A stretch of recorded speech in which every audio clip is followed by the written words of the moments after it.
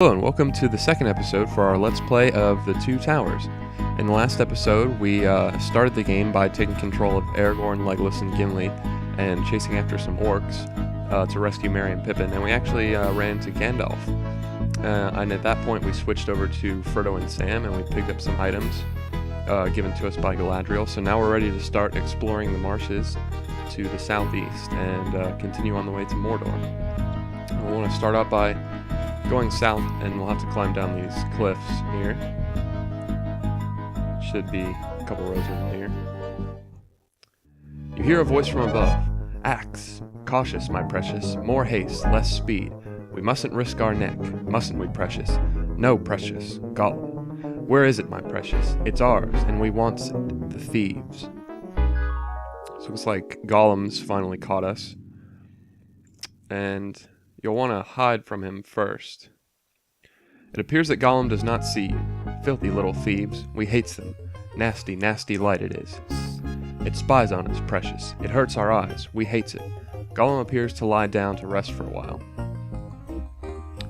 And at this point, you can actually use one of the items Galadriel gave you. You can use your elf rope, or the regular rope will work if you still have that. Gollum writhes at the touch of the elven rope. It hurts us, it hurts us. It freezes, it bites. Elves twisted it. Curse them. We swear we will be good. Swears it on the precious. You accept his promise, and Gollum joins your fellowship. So now you've got a third party member. Gollum joins you. And he serves more as a guide than anything, helping you by pointing out important information. Nice pool, Gollum says. Lots of fishes, tender, juicy fishes. Before you can stop him, Gollum plunges into the cold water and finds a large edible fish. So we'll give him the fish. And then we'll want to head east from that lake where you find the fish. And there are a couple sinkholes like this across the marshes that you can find stuff in. The ground of the marsh gives way and you tumble into the darkness. Alright, and like I pointed out earlier, this isn't like the enhanced version. You don't have the text that comes up. So you'll have to refer to the manual to get a lot of these paragraphs. So I got another computer open over here with them, so I'll be able to read them to you, even though you can't see them. The place you have entered is a disheveled mess. The cave smells of rotten meat. Broken pottery lies in a corner. A figure huddled in rags suddenly pulls out a dagger, then stops short. You are not orcs, he hisses in a dialect of the elven tongue that is not easy to understand. Who are you? The figure is an elven man, but one who has been bereft of the pride and dignity of his race. He listens to what you have to say, and he questions you about what is happening. He shudders at the mention of Sauron's return. Long have I known the enemy was abroad, but I did not think that the Dark Tower had returned. The Lord of the Dark Tower had returned. This is grave tidings indeed, that such evil should be reborn. He snorts derisively. And Gil-galad was so proud, boasting that Sauron would be struck down forever. That is the way of the Noldor, to boast and to die, and to drag their elven brethren with them. I am Nendal, a simple elf of the Forest of Greenleaves. My lord was Orafor, and king of the Great Forest.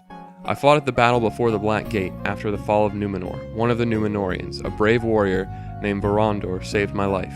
In return, I swore an oath not to leave him while he stayed on the earth. Such a foolish boast. I should have been more careful, but he was a great man, and high deeds require an equal response. Otherwise, gratitude is meaningless. Sauron's sorcery ensnared many of the high lords of the Númenóreans and turned them into shades, who wander the Dead Marshes. As long as Verondor cannot leave, my oath holds me, and I must stay in this wretched place until his shade finds its home. I would ask thee, if you would prove your worth as a foe of the Dark Tower, to find him and release him. I have tried for so long, and I have been able to do nothing. Talk to him and get a little more info out of him. I hope you will be able to help me find my freedom.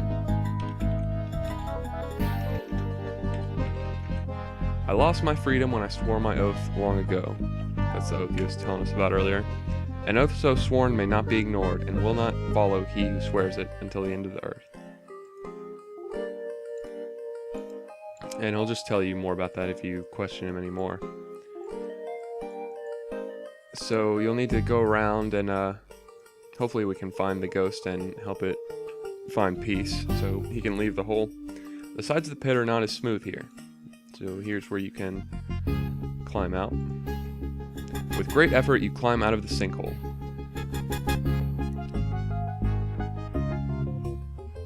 So we'll want to head back to the west. There's another sinkhole a little bit to the south in the marsh here. Luckily, they still have the auto map in this game, because the sights and sounds of the Dead Marshes are making you anxious to leave. Yeah, a lot of the spaces in this game compared to the first one are just kind of big and open with not a lot of features to distinguish specific areas, so the map really comes in handy in this game. So we're in another sinkhole down here.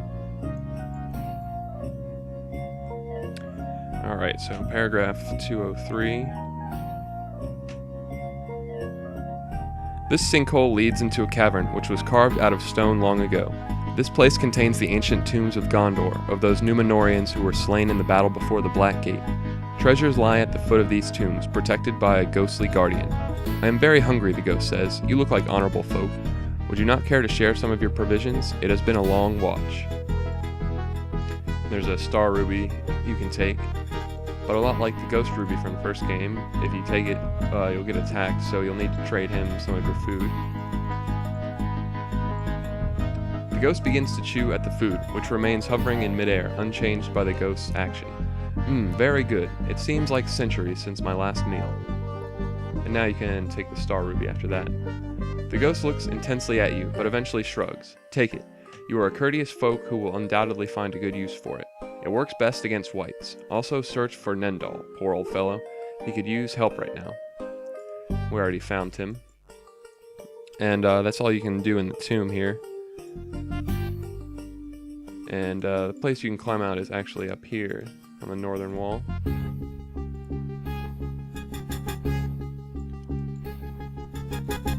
So let's see where we are. Alright. And you'll want to look for this little like trail of torches. But now we're going to switch over to Pippin and Merry. Fleeing the orcs into the forest of Fangorn, the newly freed members of the Fellowship are about to have a very strange meeting.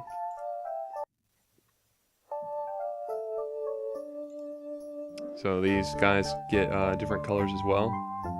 Let's see what we have here. I forgot what items we carried over. We can't go back out that way. Paragraph number 3.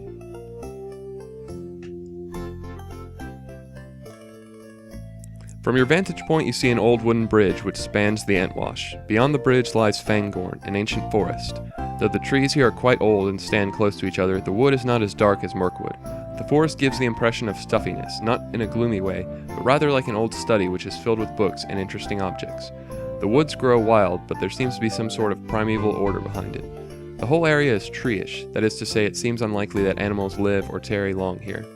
There appears to be some sort of dim path beginning at the other side of the bridge, and a great tree-covered hill lies due north of the bridge. Pippin says, "We're rid of those awful orcs. Now if only we can find something to eat, and shelter against the weather. This forest is so dim, not very friendly at all, not the sort of place where I'd want to be starving in. Let's find food." The bridge is made of wood and appears very, very old. It looks as if it had been here forever.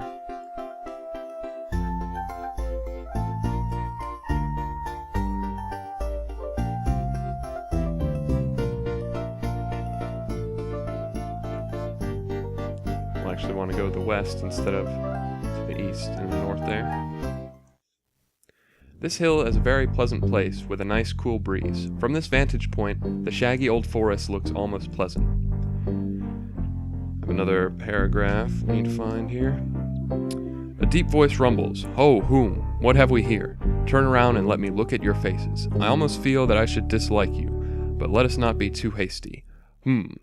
At first, I thought you were orcs, but this is not the case. How odd." The tree man pauses to think for a minute, then continues. "My name, or one of my names, is Treebeard, and I am an Ent. I realize I am being rather hasty in telling you this, but these are odd times, what with many Bararum around. I must think a minute." He begins to look at your group intently.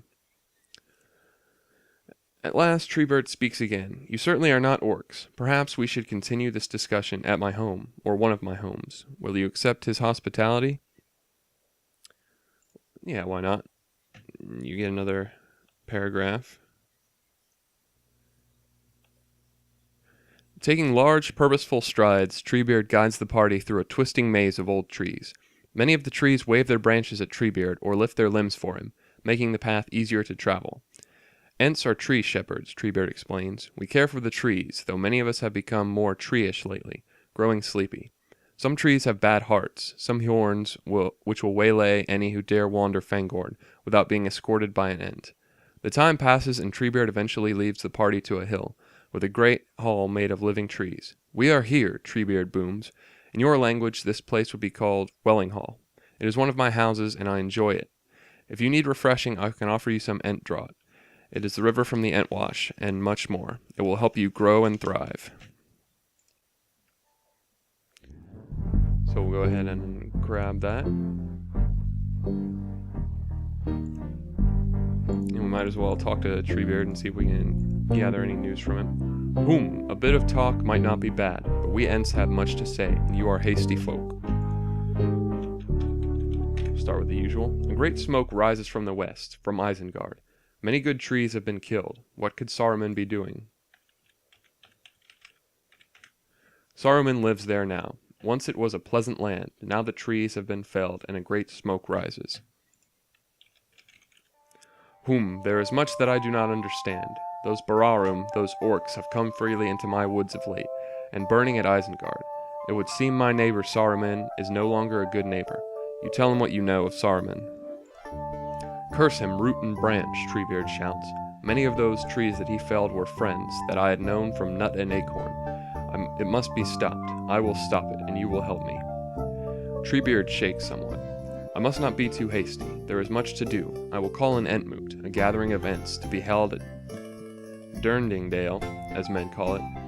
There we shall decide. Lifting you in his hands, he takes you to Durndingdale. You come upon an area of huge pine trees, which line a great bowl-shaped depression in the earth, sort of like a natural amphitheater.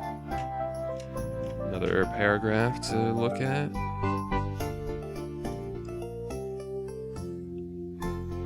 Treebeard carries the party many Ent strides until he reaches a large wall of evergreen trees. Skirting around them, he descends into an area that the party recognizes as a large bowl-shaped depression. The air is filled with the hoom of many Ents, some already in their places, others marching into the bowl area. And what Ents they are! No two are alike, just like no two trees are alike. There are many old Ents and a few ancient Ents, even some smooth-barked Ents like trees in their prime, but sadly no saplings. Treebeard sets the party down and introduces you to a young Ent. This is Quickbeam, Treebeard intones. Bregalad is his elvish name. He is the closest thing to a hasty Ent that there is, and you all ought to get on well together. If you wish, you folk and Quickbeam may go off exploring, or you may stay here and wait until we are done. Do you wish to stay here and wait? There's actually some stuff you can do if you explore, so we're gonna do that. Treebeard nods his assent, then walks towards the Entmoot. My friends, let us go for a walk, Quickbeam says. The voices of the Entmoot are solemn and deep, and every now and again one is raised in a high and quickening music, while all the others die away. No one is concerned with you. And so we have Quickbeam in our party now. And we're actually back on the other side of the river, kind of near where we started, with Merry and Pippen. So we'll just want to head back to the east to get back to the bridge.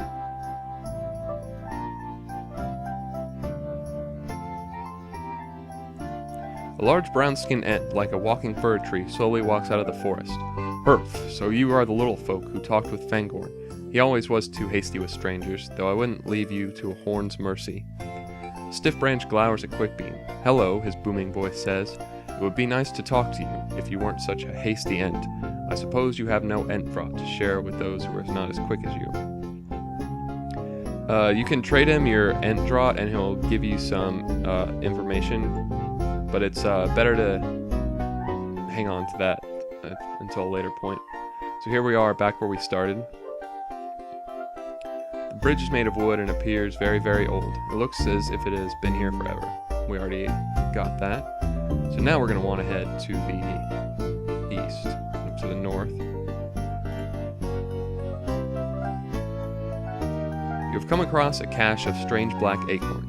They have a disquieting shape to them, but seem appropriate to some of the darker areas of this forest. So we'll grab those. Maybe they'll come in handy for something later. The trees around you rustle with what seems to be a sense of urgency. We are needed back at the Entmoot, Quickbeam declares. So we didn't get too far before we have to go back.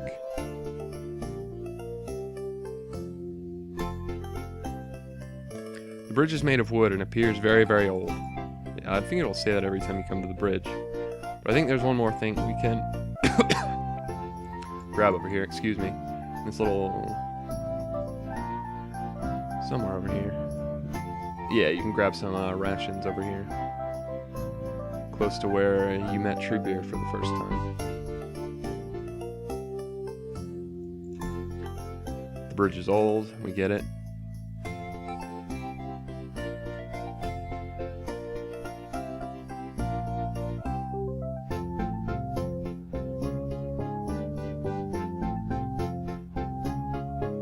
I think we're almost back to the Entmoot here.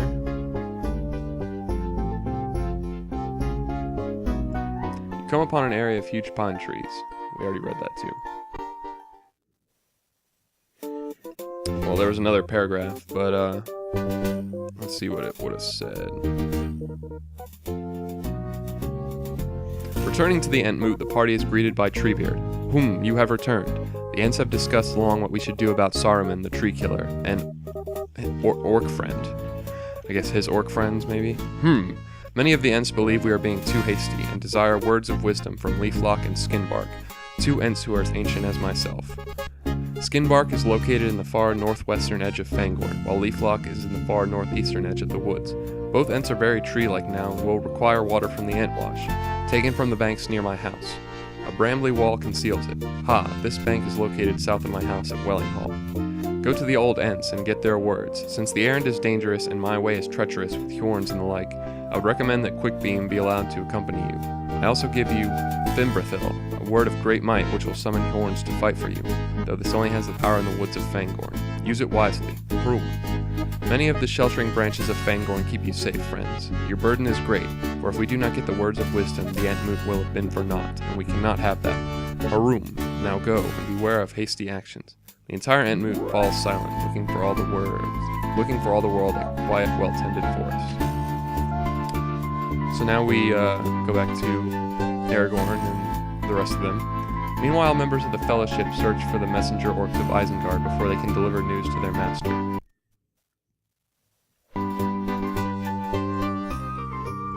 So now we have Gandalf as a member, and because of the story of him dying in Moria, you can't convert his items over. So if you did hang on to any extra armor or mail or anything, go ahead and give that to Gandalf. We'll see if we can find something further here in the forest first.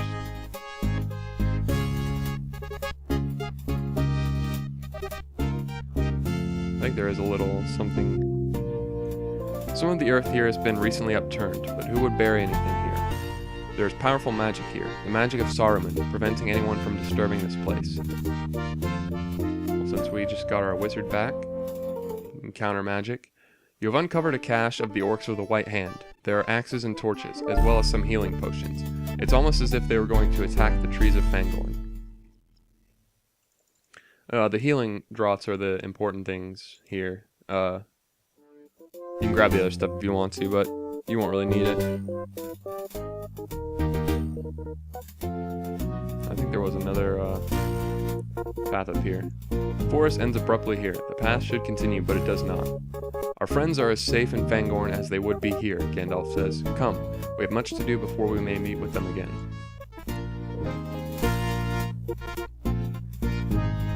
So I guess the next goal will be to chase down the orc messengers, like it told us to do. So we'll want to keep heading west.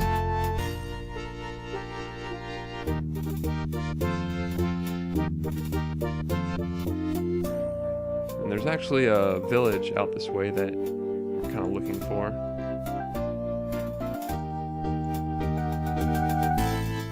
And if you come to this like burned down section of the woods, it's just to the south of that. It looks like we'll have some orcs to deal with first.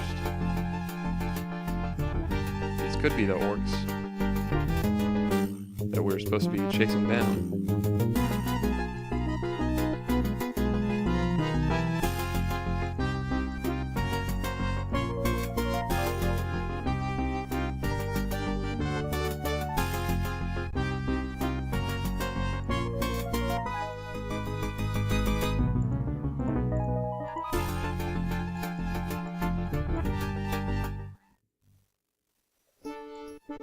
We don't get a message or anything about them.